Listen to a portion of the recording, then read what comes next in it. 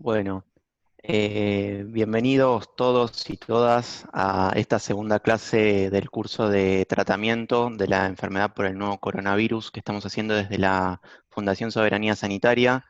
Estamos muy contentos por poder compartir todas estas iniciativas junto con todos ustedes y poder intercambiar y generar instancias de discusión mediante estos medios nuevos, digamos. Nosotros no veníamos realizando este tipo de charlas virtuales hasta ahora que la situación del aislamiento nos obligó, y la verdad es que estamos teniendo muy buenos resultados, muy buenas repercusiones y mucha participación de todas y todos ustedes en estas iniciativas. Hoy estamos muy contentos porque pues invitamos a participar y le agradecemos mucho que se haya sumado al doctor Pedro Can, que ya todos lo deben conocer.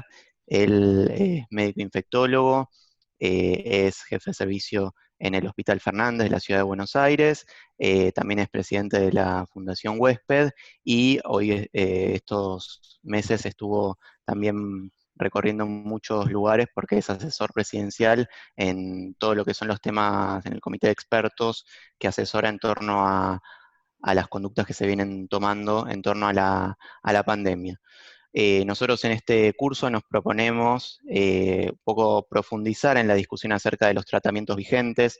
Este es un curso más de otros. Nosotros también los miércoles estamos haciendo un curso de epidemiología desde la Fundación, y la idea los jueves es poder profundizar en el tema tratamientos, que quizás muchas veces en la velocidad diaria y en los medios masivos no se puede profundizar mucho en torno a esto, y la idea era poder dar un poco de divulgación científica seria y poder convocar especialistas para poder dar información cierta y combatir un poco todas las noticias que circulan, que en tanto bombardeo informativo muchas veces se pierde eso. Así que eso como presentación a la charla, un poco para organizarnos y para ser prolijos en la participación. La idea es que escuchemos la clase, la charla del doctor Khan, y después podamos tener un momento de intercambio mediante preguntas a través de nuestro chat, ¿sí? Que está abierto acá.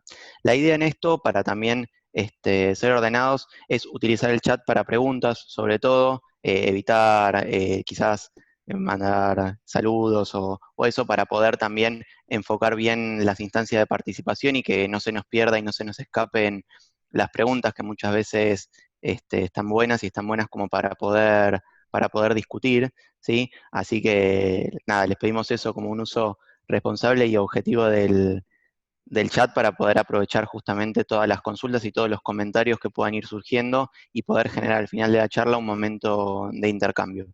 Así que bueno, con estas breves palabras de presentación, le invito al doctor Khan para arrancar e ir comenzando con esta charla.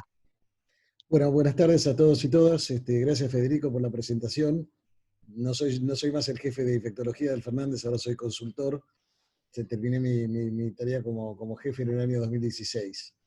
De todas maneras, hecha la aclaración, le agradezco a la Fundación Soberanía Sanitaria nuevamente por la posibilidad de poder conversar con ustedes sobre los tratamientos que tenemos en curso o estudiando para poder dar una respuesta terapéutica al COVID-19. No sé si ven la pantalla. ¿Se ve? Bien. Se ve bien, se ve bien. Bueno, entonces vamos a comenzar. En primer lugar, voy a achicar acá. Ahí está. En primer lugar, fíjense la fecha de este artículo de la revista Science, ¿no? Que es del 11 de enero del 2020, que es cuando investigadores chinos revelaron la característica del genoma implicado en lo que en aquel momento se llamaba brote de neumonía de Wuhan, la ciudad a donde nació todo esto, apenas unos pocos días antes. El 27 de diciembre, un colega chino comunica un brote inusual de neumonías en su hospital, que terminó siendo lo que hoy conocemos como la pandemia del SARS-CoV-2 o el COVID-19. Es realmente importante tener en cuenta esto a la hora de analizar por qué estamos cortos de tratamiento y cortos todavía en el tema vacuna, porque todavía no se han cumplido, recién el lunes se van a cumplir 7 meses de la aparición de la primera comunicación en relación a esta enfermedad. Simplemente para que todos estemos en la misma línea, hay que recordar que esta es una enfermedad que tiene la característica en los pacientes que son sintomáticos, que no son todos, que tienen una posibilidad de ser diagnosticados unas 48 horas antes del inicio de los síntomas, que es cuando empiezan a levantar la carga viral, y la técnica de PCR, que es la técnica que se usa para diagnóstico con los conocidos hisopados, se hace positiva y permanece positiva en la mayoría de los pacientes hasta el 8º o 10º día como mucho. Luego empiezan a levantar anticuerpos a partir de aproximadamente la semana, entre los 8 y los 14 días. Ustedes ven 2 letras ahí, IgM y IgG. IgM por inmunoglobulina M, que es, digamos, un reactante de fase aguda que dura menos tiempo en el plasma de los pacientes, y la inmunoglobulina G, que dura más tiempo. Por lo que sabemos ahora, parece que no demasiado tiempo, no tenemos claro, pero hay cada vez más evidencias que la idea que en algún momento algunos países intentaron imponer como de un pasaporte inmunitario, es decir, una persona que tuviera anticuerpos estaría ya supuestamente protegida para siempre para el coronavirus, no parece ser cierto. Lo que también hay que decir es que hasta el momento no se han notificado casos a donde haya reinfección por coronavirus, o sea que algún grado de inmunidad parece haber dejado. Simplemente para que estemos todos a tono, les cuento brevemente de las manifestaciones clínicas que ustedes conocen. Puede haber fiebre o no, tengan en cuenta que hay un 10-12% de los casos que no tienen fiebre, el resto de los síntomas respiratorios son conocidos y hay que prestar especial atención a algunos que a veces no se mencionan tanto, como los síntomas digestivos y la pérdida súbita del olfato o el trastorno súbito del gusto en un paciente que no esté resfriado. Eso es, digamos, parte de las manifestaciones clínicas. Una cosa importante tener en cuenta para entender por qué las distintas estrategias de tratamiento son las diferentes presentaciones clínicas. El 80% de los pacientes, marcados en la parte roja del círculo, van a tener una presentación leve, tan leve como puede ser un paciente que se levanta un día y dice, me duelen un poco los músculos, estoy un poquito fiebrado, pero bueno, me tomo un paracetamol y se fue, y eso fue todo, hasta un cuadro gripal bien instalado que nos mete una semana en cama. Aproximadamente un 15% de los pacientes van a ser enfermos con neumonía y van a requerir internación, y un 5% de los pacientes en promedio tienen una situación crítica, requieren soporte de oxígeno y asistencia respiratoria mecánica, son los que van a terapia intensiva y los que, digamos, la mayoría de los que terminan falleciendo son pacientes de este 5%. Un dato importante para tener en cuenta, cuáles son los predictores de mortalidad, que también nos ayuda a entender las estrategias que no son homogéneas para todos los pacientes. Comparando como línea de base 1 a los pacientes menores de 50 años, ustedes pueden ver que en la medida en la que vamos incrementando la edad, aumenta el riesgo de mortalidad. 2,6 veces para 50-59, casi 5 veces para los de 60-69, 8 veces para los de 70 y 11 veces para los de más de 80. Como pueden ver, hay también algún factor protector aparentemente para las mujeres, si bien el número de infectados es muy similar, 51% a 49% en nuestro país, sin embargo la mortalidad es ligeramente más alta en los hombres por razones que todavía no entendemos. Los pacientes que tienen comorbilidades, como enfermedades crónicas, cardíacas, pulmonares, renales, diabetes, obesidad, trastornos neurológicos, etcétera, también hepatopatías, pueden tener también un riesgo incrementado de desarrollar este tipo de evolución mortal. Una cosa importante para tener en cuenta entonces en la fisiopatología de la enfermedad, antes de entrar en los tratamientos, es que hay una primera etapa que es claramente efecto de la infección viral. Es una etapa en la cual hay fiebre, tos, dolores musculares, trastornos para respirar, y eso se combate con antivirales. El organismo monta una respuesta inflamatoria que en la mayoría de los casos, en ese 80% de los casos, es una respuesta favorable que ayuda a controlar la infección. Pero en el 20% restante, y particularmente en el 5% de los que están en peor situación, esa respuesta inflamatoria es como que se pasa de la rosca, digamos, se pasa de la línea y produce una situación de hiperinflamación con trastornos de la coagulación, eventualmente shock, y lleva a una situación de distrés respiratorio agudo del adulto que puede terminar en la recuperación o en la muerte. Y para esa etapa es a donde podrían tener un lugar los inmunomoduladores. El plasma de convaleciente, al cual nos vamos a referir después, actuaría también tempranamente, digamos, como un mecanismo inmunológico antiviral. En este dibujo ustedes pueden ver distintas drogas que están marcadas en los cuadritos y su potencial punto de acción. Como ven, son varias, como vamos a ver hacia el final, son muy pocas, en realidad casi ninguna, la que está demostrada con evidencia suficiente como para indicarla como tratamiento universal. Hay algunas que son, por ejemplo, drogas anti-interleuquina 6. La interleuquina 6 es una citoquina que es parte de la respuesta inflamatoria y aparentemente tiene un efecto deleterio sobre el paciente y entonces previene de alguna manera que se active el receptor de la interleuquina 6 y la inhibe. Tenemos otras drogas como la cloroquina y la hidroxicloroquina, de la cual voy a hablar enseguida, que supuestamente son inhibidores de la fusión, entonces impiden que el virus se fusione con el epitelio respiratorio. Tenemos otras drogas como los inhibidores de la proteasa que se usan para HIV, tenemos antivirales como la ribavirina y el favipiravir, pero todos ellos han sido estudiados y como vamos a ver enseguida, la mayoría no da resultados adecuados. Hay una organización que es el DNDi, Drogas para las Enfermedades Olvidadas, Iniciativa para las Drogas para las Enfermedades Olvidadas, que se ocupa habitualmente, es un desprendimiento en realidad de Médicos Sin Fronteras, que se ocupa habitualmente de las enfermedades que suceden en los países pobres. En nuestro caso podría ser perfectamente el Chagas, dengue, etcétera, pero que en este caso han empezado a trabajar también, dada la magnitud de la pandemia que afecta a todos los continentes, también en el tema de COVID-19. Y básicamente hicieron una revisión de algunas drogas que ustedes pueden ver allí, buscando distintos mecanismos. Es decir, el mecanismo era tratar de obtener drogas que ya están en el mercado, de las cuales ya conocemos sus efectos adversos, que no hay que empezar a producirlas, para tratar de rápidamente poder encontrar una respuesta. De toda esta lista que ustedes ven allí, solamente siguen en pie en estudio la número 2, la nitazoxanida, que es una droga antiparasitaria, y también sofosbuvir-daclatasvir, que es una asociación que se usa para el tratamiento de la hepatitis C y que tiene alguna evidencia reciente que podría tener algún efecto, pero son evidencias preliminares que no son el resultado de un estudio randomizado de fase 3 con un número suficiente y un poder estadístico suficiente para poder establecer su efectividad. De esto ya hablé. Acá es interesante ver de qué manera el Instituto Nacional de la Salud de los Estados Unidos clasifica a las enfermedades en 5 categorías. Una categoría número 1 que sería pacientes asintomáticos o presintomáticos, pacientes en la categoría número 2 que tendrían algunos síntomas, pero en realidad no tienen disnea y se puede manejar, al igual que el caso número 1, en su domicilio. Pacientes con enfermedad moderada, severa o crítica, estos 3 ya requieren hospitalización, y los de enfermedad crítica requieren internación en terapia intensiva, y probablemente los que tienen enfermedad severa estarán entre la sala general y terapia intensiva según la disponibilidad de las camas.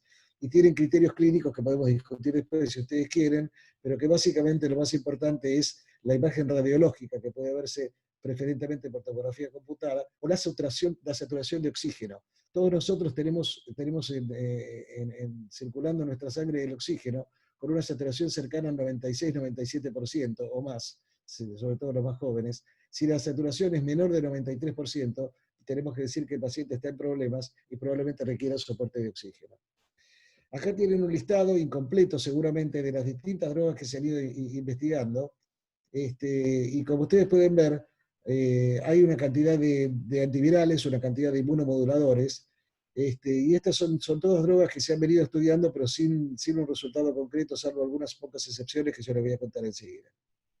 Empezamos con el lopinavir-ritonavir, una droga que se ha utilizado para el tratamiento del el HIV. Esta droga, no sé por qué aparecen estas rayitas azules, que yo juro que no las estoy haciendo, pero bueno, misterios de la tecnología.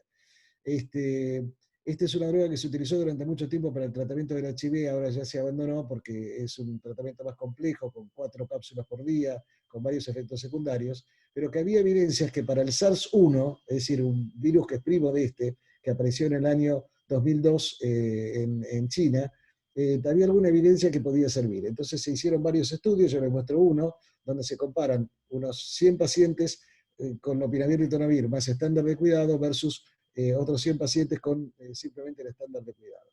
Lo que pueden ver aquí en términos de resultados, si hacen caso omiso de las rayitas que aparecieron allí, si se fijan nada más que en la gráfica, van a ver que hay una raya roja que es lopinavir y ritonavir, una raya punteada que es control, y no hay ninguna diferencia estadísticamente significativa en los resultados, motivo por el cual lopinavir y ritonavir fue rápidamente eliminado de la lista, ¿no? acá tienen ustedes las conclusiones, no se observó ningún beneficio con el tratamiento más allá del estándar de cuidado. La hidroxicloroquina se hizo famosa por varias razones. En primer lugar, porque dos presidentes, uno el presidente de Estados Unidos, el otro el presidente de Brasil, no los doy precisamente como una referencia científica, ninguno de los dos, tomaron el tema de la hidroxicloroquina basados en este estudio que fue publicado por un investigador francés, que como ustedes pueden ver los números, eran 26 contra 16. En total fueron 20 pacientes que entraron en el análisis final en la rama de hidroxicloroquina, 6 de los cuales se les agregó un antibiótico denominado acitromicina.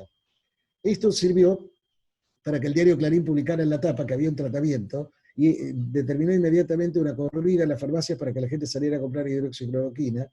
Por suerte el Ministerio de Salud de la Nación había hecho una reserva, porque esta droga se está utilizando para otras cosas. Es un antipalúdico y además se utiliza para el tratamiento de enfermedades autoinmunes, y había pacientes con enfermedades autoinmunes que corrían el riesgo de quedarse sin medicación. Lo mismo pasó en los Estados Unidos después de que Trump dijo que la hidroxicloroquina era la solución. Y de hecho el presidente de Brasil, que está cursando enfermedad por coronavirus, está tomando hidroxicloroquina. Vamos a ver con qué fundamento. Acá ven ustedes, este es el estudio que se publicó, como yo les decía, en la etapa de Clarín, mostrando que aparentemente había un efecto espectacular en relación a esta droga. Sin embargo, en Francia, otro investigador, el doctor Jean-Michel Molina, un investigador muy conocido, hizo un estudio similar y encontró que no había ninguna diferencia de actividad con la hidroxicloroquina asociada o no con la acitromicina. Acá pueden ver ustedes en forma gráfica que las curvas de hidroxicloroquina y de no hidroxicloroquina, la verdad que la probabilidad de estar libre de eventos, es decir, de progresión en el sentido de necesitar oxígeno, asistencia respiratoria o internación en terapia intensiva, no mostró ninguna diferencia significativa, por lo cual la hidroxicloroquina podía considerarse ya terminada. Y además, como agregado a esto, hubo un estudio brasilero que mostró que sobre todo el uso de cloroquina, pero también de hidroxicloroquina, llevaba una prolongación, una alteración en el electrocardiograma, llamada prolongación del segmento QT corregido, que puede ser peligrosa, y particularmente en pacientes mayores. Y para terminar con la hidroxicloroquina, en el día de hoy se publicó un trabajo en el New England Journal of Medicine. Ustedes ven ahí que dice escala ordinal de 7 puntos. La escala ordinal de 7 puntos va desde 1, el paciente que está en perfecto estado, hasta 7, que es el paciente que fallece, 6 el paciente grave, 5 menos grave, etc.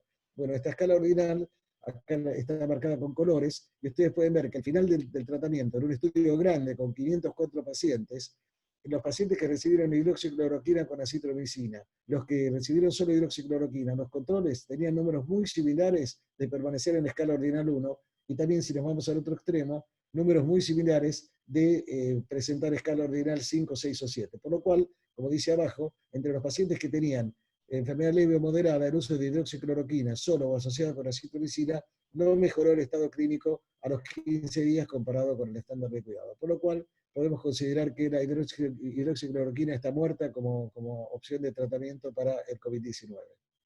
Una droga que sí tuvo un cierto recorrido es el Remdesivir, un inhibidor de la RNA polimerasa del virus, que había demostrado ser efectiva in vitro en modelos animales contra otros coronavirus, como el SARS-1 y el MERS, que es una enfermedad respiratoria del Medio Oriente que tuvo un brote en el año 2010. Se desarrollaron varios estudios. Hay una advertencia que hay que hacer con esta droga, es de administración por vía intravenosa, motivo por el cual queda reservada para los pacientes hospitalizados. Como les dije, es una droga que compite por la incorporación del ATP en la célula, se dosifica por vía intravenosa, y como eventos adversos que se han comunicado, tiene elevación de las transaminasas, típicamente 2 o 3 por encima del valor normal, y algunos síntomas gastrointestinales que no inhabilitan el uso de esta droga. Se ha hecho un estudio clínico importante en el cual pueden ver ustedes Remdesivir contra placebo, y entonces el endpoint primario, digamos, el punto final primario fue el tiempo de la recuperación al día 29, usando también la escala ordinal, en este caso la escala de 8 puntos, que es la de la Organización Mundial de la Salud. Como pueden ver aquí, cuando miramos la tasa de recuperación, todo lo que ustedes ven, digamos, a la parte derecha de la pantalla, digamos, tomando nuestra mano derecha, favorece Remdesivir, todo lo que ven del lado izquierdo favorecería al placebo. Y como pueden ver aquí, para la totalidad de la población hay un neto beneficio. Mientras esos palitos que ustedes ven en este gráfico no crucen la línea punteada, quiere decir que el beneficio es neto, porque el intervalo de confianza 95% no cruza 1. Bueno, como pueden ver, en casi todos los casos se da esta situación. En algunos por ahí hay diferencias étnicas, hay diferencias en los grupos etarios. Por ejemplo, el beneficio fue mucho más claro para los individuos más jóvenes que para los mayores. No hubo diferencias entre hombres y mujeres, etc. De modo tal que el Remdesivir es una opción de tratamiento. El laboratorio que la produce, el laboratorio Gilead, la puso a la venta en los Estados Unidos a $2.800 el tratamiento, lo cual es una suma de dinero muy importante. Y hay posibilidades de, eventualmente, si hay un licenciamiento de la patente, de fabricarlo mucho más barato en la India o en otros lugares, tal vez inclusive hasta en nuestro país. Acá pueden ver ustedes distintos momentos distintas formas de ver el efecto. Todo lo que está marcado con ese asterisco grande allí indica que es estadísticamente significativo.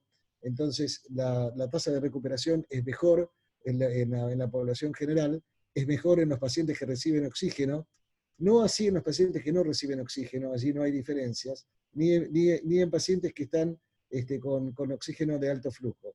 En términos generales, la ventaja es una ventaja limitada. Lo que se pudo ver es una tasa de mortalidad reducida de 11.9% a 7.1%, que no alcanzó significación estadística. Eso es muy importante. Numéricamente es mejor, pero no alcanzó significación estadística, pero sí reduce los días de internación en los pacientes que son tratados tempranamente. De modo tal que este es uno de los pocos recursos que puede utilizarse, no está disponible en nuestro país, salvo en el contexto del estudio Solidaridad, que es un estudio de la Organización Mundial de la Salud que compara varios tratamientos, y los pacientes que entran en el estudio Solidaridad, una de las 4 chances que tienen es de recibir Remdesivir. Si no, fuera de Estados Unidos esta droga no está disponible. Luego está la inhibición de la interleuquina 6, como les dije antes, a través de uno de los tantos SUMAP que hay en el mercado, en este caso el tocilizumab, que es un inhibidor de la unión de la interleuquina 6 con sus receptores. Como pueden ver, fíjense, son estudios con muy pocos pacientes. 15 pacientes han sido tratados, y como pueden ver, apareció como efectivo, como una opción de tratamiento efectiva en un paciente con riesgo de tormenta de citoquinas. El problema es que hay que ver cuándo hay que usar esta droga, porque usarla tempranamente, cuando no se produjo la tormenta de citoquinas, puede ser un dispendio de recursos inútil, y por el otro lado, usarlo demasiado tarde podría ser ya, valga la redundancia, demasiado tardío como para poder impedir esa tormenta de citoquinas. Así que en realidad no está claro todavía que hay que usarlo. Acá tienen otro trabajo con 21 pacientes y nuevamente los datos preliminares muestran una mejoría en el cuadro clínico en los pacientes severos y críticos, y puede ser un tratamiento efectivo potencialmente para reducir la mortalidad. Tocilizumab se está usando en algunas terapias intensivas de nuestro país, siempre a título experimental. Y finalmente, acá tienen ustedes un trabajo más reciente publicado, donde tomaron una cohorte con un número importante de pacientes. 179 pacientes recibieron tocilizumab, y como pueden ver, se vio una reducción estadísticamente significativa de la necesidad de ventilación mecánica o muerte en pacientes con con neumonía severa por COVID-19, que fueron tratados con tocilizumab, que tiene la ventaja que puede ser dado por vía intravenosa o por vía subcutánea, siempre comparado con el estándar de cuidado. Bueno, siguen apareciendo rayas, no sé por qué, pero ahí están. Un caso muy interesante es el de los corticoides. Si ustedes me hubieran invitado a dar esta charla hace apenas 2 meses, yo les hubiera dicho que los corticoides están contraindicados. Pero una de las ventajas de poder haber tenido tiempo para observar esta enfermedad, precisamente está en el hecho de que empiezan a aparecer resultados de estudios. Este es un estudio británico llamado Recovery, que analizó distintas estrategias y fue capaz de demostrar que el uso de dexametasona, que es un corticoide, permite reducir la mortalidad en pacientes, particularmente en pacientes que reciben oxígeno, fíjense en la parte de abajo de la diapositiva, pacientes que reciben oxígeno o pacientes que requieren asistencia respiratoria mecánica. En cambio, los pacientes que no tuvieron requerimiento de oxígeno, ustedes pueden ver que la barra horizontal cruza 1, por lo tanto la diferencia no es estadísticamente significativa y entonces no se benefician de los corticoides. Hoy el uso de corticoides está uniformemente establecido para pacientes con requerimiento de oxígeno y o con asistencia respiratoria mecánica en prácticamente todas las terapias intensivas y unidades de internación de nuestro país. Y llegamos al plasma de convaleciente. Permítanme primero explicarles la foto. La foto que ven ahí es el doctor Julio Maistegui, del Instituto de Virología de Pergamino, que en la década del 60 y del 70 implementó el uso de plasma de convaleciente para tratar la fiebre hemorrágica argentina, una enfermedad que diezmaba a los peones de campo y que realmente con el tratamiento de plasma de convaleciente pudo resolver una buena porción de los pacientes que estaban en estado grave. Este es el primer trabajo que se publicó. Observe que era un trabajo con 5 pacientes críticos, en los cuales se veía una mejoría de los scores de gravedad y de la excreción viral. En este momento hay varios estudios en marcha con plasma de convaleciente. Por lo que me dijeron, ustedes van a tener una charla sobre plasma de convaleciente. Hay que ser absolutamente claro que no sabemos si el plasma de convaleciente sirve o no sirve. Hay evidencias preliminares que son alentadoras, con buenos resultados en casos individuales, pero todavía los estudios randomizados que asignan plasma de convaleciente o placebo están en marcha y hasta que no los tengamos no podemos afirmar que el plasma de convaleciente es la cura. Eso es muy importante tenerlo en cuenta porque ha habido hasta situaciones de recursos de amparo de pacientes internados que pidieron ser tratados con plasma de convaleciente a pesar de que no reunían los criterios que, digamos, que se están utilizando para incluir a estos pacientes en los estudios clínicos. Y acá tienen ustedes una revisión de la librería de Cochrane, en la cual, después de buscar miles de trabajos, se encontraron 57 referencias, 48 estudios randomizados, 48 estudios en marcha, de los cuales 22 eran estudios clínicos randomizados, y la verdad que la conclusión que sacaron hasta este momento es que no tienen certeza si el plasma de convaleciente es un tratamiento efectivo para los pacientes con COVID-19. Con esto estoy diciendo que no hay que investigarlo, no, todo lo contrario, que tenemos que seguir investigándolo y tratar de obtener la mayor cantidad de donantes posibles para poder realmente tener un número suficiente de casos que nos permita confirmar o descartar la hipótesis que el plasma de convaleciente sirve. Para que ustedes se den una idea de las publicaciones que hay, esta es la página de PubMed, donde buscamos bibliografía. Acá pueden ver ustedes 34.070 resultados cuando uno pone COVID-19. Y ustedes ven a donde está la flecha, que se publicó desde el 2003 hasta el 2020, o sea, nada. Todos estos 34.000 trabajos fueron publicados desde enero del 2020 hasta la fecha. Realmente es un número enorme. Seguramente no todos los trabajos son buenos, pero siguiendo una vieja ley de la dialéctica, seguramente de tanta cantidad tendrá que surgir calidad. Y por el otro lado, cuando checamos la búsqueda y entramos a la página donde se inscriben los estudios clínicos, hay 2.734 estudios clínicos que se dedican al tratamiento del COVID-19. Nuevamente un número alto de estudios, todos ellos del año 2020, están en marcha, muy pocos están terminados y estamos esperando ansiosamente los resultados de muchos de ellos. Como les dije, les mostré antes esta gráfica de los 5 estadios que plantea el NIH, y como pueden ver, tiene una recomendación en contra de la hidroxicloroquina y la citromicina, y una recomendación en contra del lopinavir y ritonavir, y evidentemente no tiene una recomendación clara para ningún medicamento salvo para el remdesivir, y esto en los pacientes que están internados y que tienen, digamos, por lo tanto tienen que tener puesto una vía para recibir la medicación por vía intravenosa, probablemente por 5 días, aunque algunos usan 10 días de tratamiento. En Interir estamos esperando los resultados de las vacunas, podemos dejar esto para las preguntas después. Hay mucho movimiento en el terreno de vacunas en las últimas 2-3 semanas, y es posible que tengamos estudios también en la Argentina en marcha, y esto puede ser una buena alternativa como para ponernos freno a la epidemia, porque sin una vacuna o sin un tratamiento que sea efectivo en reducir la transmisibilidad de paciente a paciente, o que sirva como profilaxis para impedir el contagio, va a ser muy difícil poder controlar la pandemia espontáneamente. Y quiero terminar diciéndoles que no estamos inventando nada nuevo en la lucha contra la epidemia. Esto que ustedes ven aquí es un boletín de la provincia de Burgos, en España, durante la epidemia de gripe del 2018.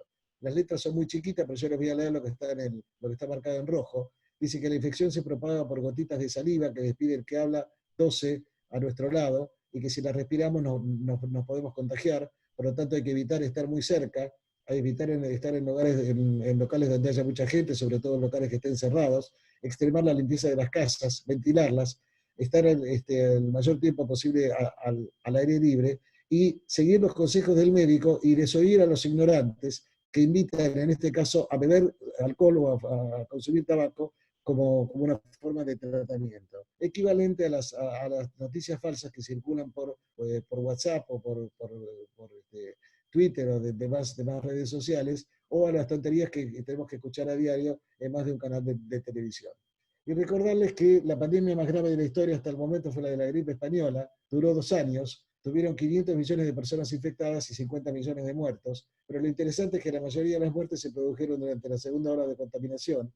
La población soportaba tan mal la cuarentena, no sé si les suena esto, que cuando tuvo lugar el primer desconfinamiento, la población abandonó todas las precauciones y en la semana siguiente llegó la segunda ola de contaminación con decenas de millones de muertos. En conclusión, tenemos un desafío sin precedentes a escala global, con un futuro incierto, con una alta transmisibilidad. Nos sorprende al género humano con ausencia de memoria inmunológica. Se trata de una infección viral que puede producir, por suerte no en todos los casos, una hiperrespuesta inflamatoria que es muy dañina, tiene un espectro clínico amplio y variable, ha generado una extrema necesidad de recursos técnicos, humanos y financieros para todos los países. Hay múltiples tratamientos en estudio, ninguno está comprobado como estándar de cuidado. Hay un grave impacto económico y social inducido por la pandemia y realmente estamos frente a nuevos desafíos que requieren más que nunca la cooperación y la solidaridad, tanto a escala local en cada país como globalmente. Quiero decirles que estoy convencido que hay un mundo después del coronavirus y que más que nunca vamos a necesitar, aunque hoy ni siquiera nos podemos dar la mano, a estar de la mano para tratar de ayudar a la gente que está en peor situación. Yo quiero decirles que estoy convencido que vamos a salir de la pandemia todos con el cabello más largo y con el bolsillo más flaco, con la diferencia que probablemente todos ustedes y yo no tenemos dudas que vamos a cenar esta noche y hay mucha gente que está ahora haciendo cola para conseguir un plato de comida. De modo tal que ser solidarios y cuidarnos y cuidar a los demás es una tarea esencial para todos nosotros. Con esto yo termino y con mucho gusto contesto preguntas y escucho comentarios de parte de ustedes. Pedro, por la presentación muy clara. Ahí, bueno, algunos comentarios. Somos más de 100 personas conectadas ahora y la idea es un poco abrir la participación por si alguien quiere hacer alguna pregunta, comentario. Por ahora esto parecía también un poco un recital, ¿no? Porque mandaban saludos de diferentes lugares del país, digamos, y que siempre es algo muy lindo porque se conecta gente de muchos lugares y es un buen momento para intercambiar. La idea es ahora poder arrancar con algunas de las preguntas que vayan surgiendo y si alguien quiere ir consultando sobre algo en particular, la idea es tomarnos algunos minutos para poder aprovechar a Pedro Cani y poder intercambiar algunas cuestiones. A mí me quedó dando vueltas un comentario que hiciste en la presentación acerca de la nitazoxamida, que fue algo que comentaste, después no lo desarrollaste, yo no sé, yo me quedo dando vueltas porque es un medicamento ampliamente disponible que está en nuestro país, pero no sé si existen estudios al respecto o Sí, si hay algo desarrollado en torno a eso. sí, gracias por la pregunta. Yo para no alargar la presentación no hablé en detalle de todas las drogas, pero hay 2 drogas que se están utilizando, se están estudiando, mejor dicho. Una es la nitazoxanida. Hay un estudio en profilaxis para contactos estrechos y hay un estudio en pacientes leves en tratamiento, para ver si reduce la progresión. Y lo mismo se está haciendo con otra droga que está ampliamente disponible en nuestro país, que es la ivermectina, que es una droga antiparasitaria. Que también sería buenísimo que estuviera disponible porque son drogas en las cuales no tenemos que hacer estudios clínicos para ver los efectos adversos, porque ya los conocemos, están disponibles, como vos decís, son de laboratorios nacionales, o sea que tendría varias ventajas que podríamos aprovechar siempre y cuando aparezca eso, ¿no? Bien, bueno, voy comentando algunas de los comentarios y preguntas que van surgiendo. Hay una consulta que hace Natalia Redondo acerca de el suero hiperinmune, digamos, que es algo que también estuvo circulando bastante en medios, y si tienes Sí, algún comentario sobre eso. sí, y después veo acá en el chat una pregunta en relación a la vacuna y al uso de la población argentina para la vacuna. Suero hiperinmune. El suero hiperinmune es el mismo concepto que el plasma de convaleciente, con la diferencia que en vez de ser suero de personas es suero de caballo. Por dos razones se usan los caballos. Primero, porque son grandes productores de anticuerpos y obviamente es más fácil conseguir caballos para inyectar que voluntarios que donen plasma. Y aparentemente el efecto neutralizante que hay hasta ahora estudiado, no para COVID-19, pero sí para síndrome urémico hemolítico, que es una enfermedad que afecta básicamente a los niños, ha demostrado una capacidad de neutralización mucho mayor que el suero común. Nosotros estamos de alguna manera colaborando con ese proyecto del suero hiperinmune, que lo está llevando a cabo un grupo de investigadores del CONICET con un laboratorio nacional. Otra vez, tenemos toda la esperanza puesta en que funcione, habrá que demostrarlo en un estudio randomizado contra placebo. El estudio está en este momento en consideración de la ANMAT, la Administración Nacional de Medicamentos, Alimentos y Tecnología, que tendrá que dar su opinión con respecto al estudio, y si lo aprueba, marcharemos adelante con el estudio y se los contaré dentro de algunos meses.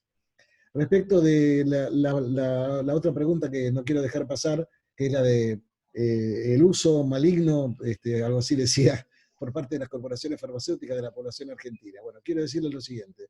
Las vacunas se están estudiando en distintos países del mundo. En este momento las vacunas que están en marcha, hay una vacuna del laboratorio Moderna que se está estudiando exclusivamente en la población norteamericana. Hay una vacuna que es la que hizo más ruido en estos días, la vacuna de Oxford y el laboratorio AstraZeneca, que esa vacuna se está estudiando en Gran Bretaña, en distintos países del mundo y también en nuestra región, en Brasil. Hay dos vacunas de origen chino que posiblemente se vayan a estudiar aquí en Argentina, pero no solo aquí en Argentina. Una de las vacunas tiene como sitio de investigación principal Canadá, y otra vacuna que se está estudiando en Emiratos Árabes Unidos, se va a estudiar también en Chile, en Brasil y en Argentina. Hay una cuarta vacuna que probablemente pueda venir entre octubre y noviembre, que se va a investigar en Estados Unidos, Europa y probablemente Argentina y también Perú y Brasil, de modo tal que no hay tal utilización de la población argentina. Lo mejor que nos puede pasar es que las vacunas se estudien aquí, por varias razones. La primera razón es porque, digamos, sería un elemento de ayuda para la ciencia argentina poder participar en esto. La segunda razón es que si hay alguna especificidad particular, étnica, o de las cepas virales que circulan en Argentina, es bueno saber que la vacuna nos va a servir o no nos va a servir de acuerdo a los resultados que tengamos. Supónganse ustedes que en general de buenos resultados, pero en la población argentina no ande bien, ya sabemos que esa vacuna no hay que comprarla. En tercer lugar, porque el hecho de participar de alguna manera nos permite condicionar al laboratorio productor para que Argentina esté entre los países que reciban primero la vacuna. Piensen ustedes que no va a haber vacuna suficiente para todo el mundo al mismo tiempo. Entonces el hecho de participar te da derecho a eso, por lo menos a plantearlo. Así se lo viene planteando el ministro Ginés a todos los laboratorios que lo van a ver con el tema de la vacuna. Y la otra cosa que plantea Ginés, no con éxito en todos los casos, es el tema de la transferencia de tecnología. Es decir, que la vacuna pueda producirse, al menos embotellarse como mínimo aquí, pero eventualmente llegar a producirse, cosa que algunos laboratorios como Pfizer ya le dijeron que no, pero por ejemplo con los laboratorios que son de origen chino está la posibilidad de conseguir la transferencia de tecnología. Entonces, hay muchas ventajas para poder participar. Lo peor que nos podría pasar es rechazar la participación, que por otra parte es voluntaria. El reclutamiento es voluntario, a nadie le ponen una pistola en la cabeza para que entre. Se le ofrece entrar al estudio, se le explica el estudio, firma un formulario de consentimiento, el estudio está previamente aprobado al menos por un comité de ética, está aprobado por ANMAT, tanto por la parte de ensayos clínicos como por la parte de legales, está toda la cobertura, el paciente se puede retirar del estudio en cualquier momento. En síntesis, participar de un estudio clínico es un derecho que tiene el paciente, no una obligación. Nuestra obligación como investigadores es ofrecer el estudio. El derecho del paciente es aceptarlo o no.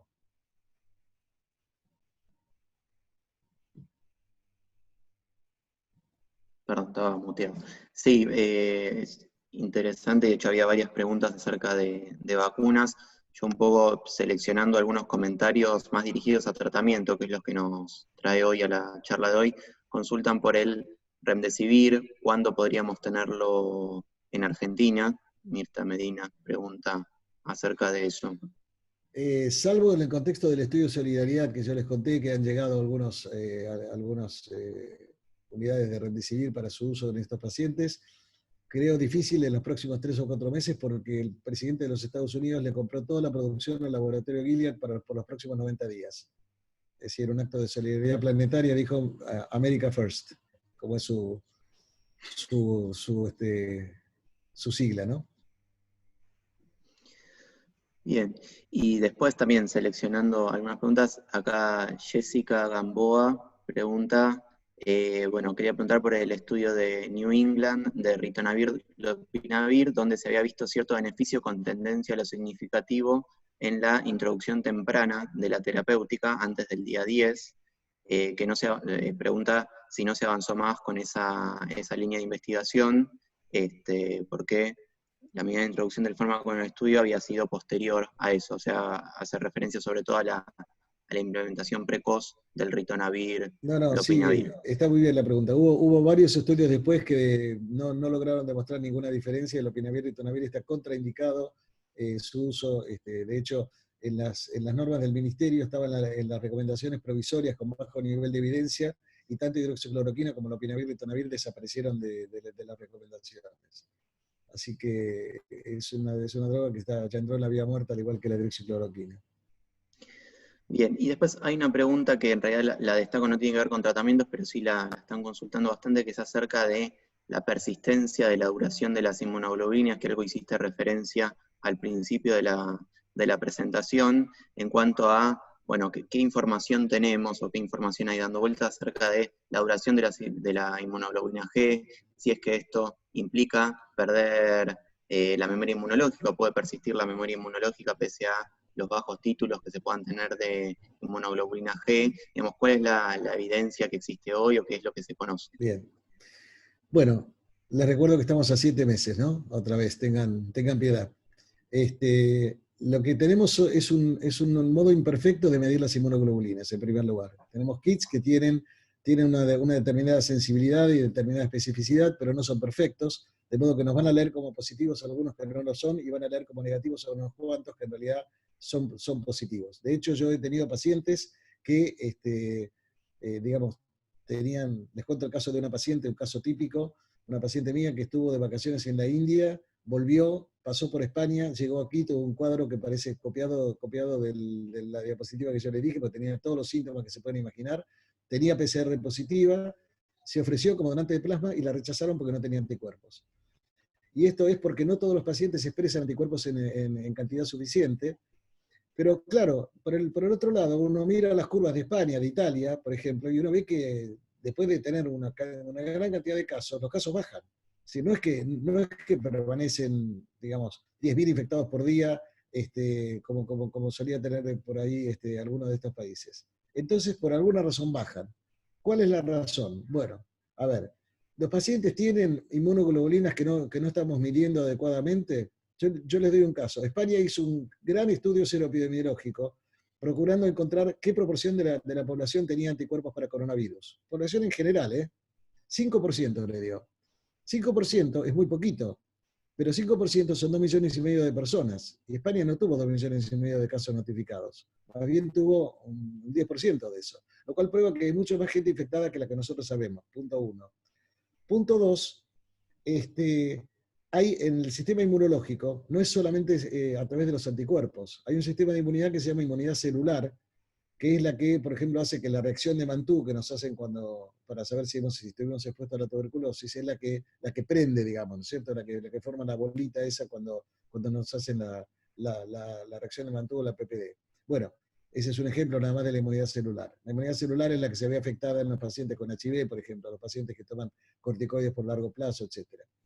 Bueno, puede ser que sea por inmunidad celular, o también puede ser que haya una proporción importante de la población que esté protegida porque tiene reacciones cruzadas con otros coronavirus. No se olviden que hay coronavirus circulando en el mundo y también en la Argentina hace muchísimo tiempo, coronavirus que producen resfríos, producen cuadros muy leves, son virus respiratorios pero que no afectan, digamos, la salud de una manera muy significativa, y podría haber una reacción cruzada con ellos. No tenemos la respuesta, no sabemos cuál de las tres, o si las tres son parte de la respuesta, pero en algún momento la curva cae porque claramente se produce una saturación de la población. El virus toca una puerta y entra, pero toca la segunda, la tercera, la cuarta, no entra, en la quinta entra, sexta, séptima y octava no entra, y así llega un momento en que el índice de reproducción, que ustedes habrán escuchado por ahí, el R0, pasa por debajo de 1, y cuando es menor de 0,7, sobre todo, podemos garantizar que la epidemia está controlada. ¿Cómo llegamos a ese número? además de la cuarentena, de los cuidados y todo lo demás. Esa es la parte de la respuesta que no les puedo dar todavía. Bien, un poco con algunas preguntas más, si tenés unos minutos más, Sí, sí, sí, Pedro. adelante, adelante. Acá consulta Facundo Díaz en cuanto al tratamiento entre paracetamol versus ibuprofeno u otros AINES en estadios tempranos, que inicialmente se encontraba contraindicado, si hay cambios en la evidencia para autorizar uno u otro, si existen diferencias en relación no al tratamiento en sí de Sí. antiviral, sino al tratamiento, digamos, de sostén, sería. En general se usa paracetamol, pero los temores iniciales con el ibuprofeno no fueron confirmados en otros estudios, o sea que se puede usar ibuprofeno también.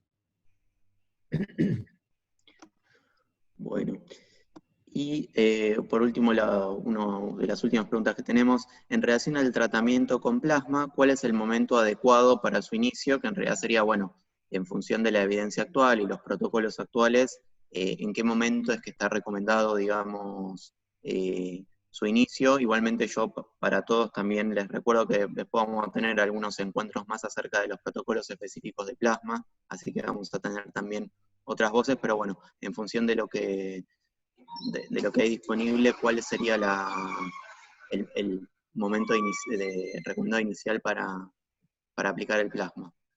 La respuesta lógica, en mi opinión, aunque insisto, no tenemos la evidencia que lo pruebe, sería lo más temprano posible. Cuando ahí dice la pregunta del cuarto día, debería ser antes del cuarto día. En lo posible, si fuera posible iniciar el tratamiento el segundo, el tercero, mejor todavía. Porque claramente no, digamos, el plasma de convaleciente no apunta a atacar la etapa hiperinflamatoria, sino trata de funcionar como un antiviral. Entonces tiene que ser temprano.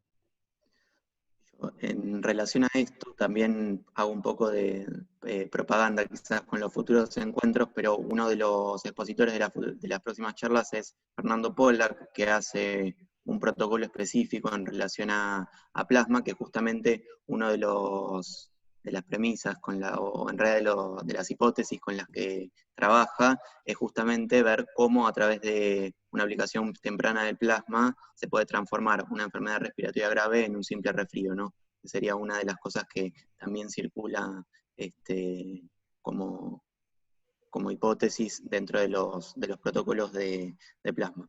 Bueno, yo creo que nada, muchas gracias Pedro por las explicaciones, por compartir todo este gran panorama de tratamientos y de conocimiento también, y también mucho de lo que son las discusiones actuales en torno a las vacunas, que también hay toda una discusión en donde participás desde la gestión, desde las recomendaciones hacia la gestión, que también es muy importante, y te agradecemos por haberte tomado este tiempo para compartir todo esto con nosotros.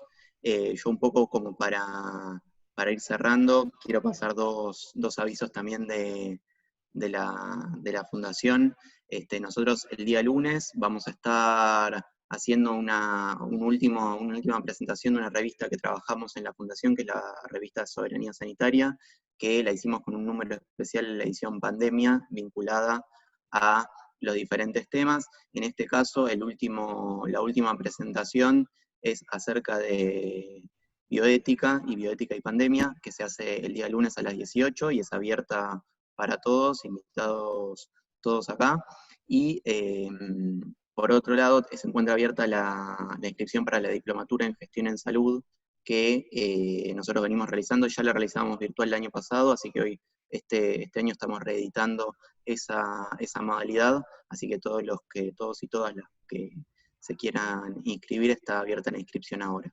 Así que bueno, yo vuelvo a agradecerle a Pedro, también le agradezco a Manuela, que es nuestra responsable de comunicación, que siempre está atrás de esa fotito de Fundación Soberanía Sanitaria y es un poco la artífice de estos encuentros. Así que bueno, les agradezco mucho a todos, muchas gracias Pedro por participar y bueno, nos No, al vamos a estar contrario. encontrando. Gracias a ustedes por escucharme y bueno, cuídense. Chao, muchas gracias a todos, hasta luego.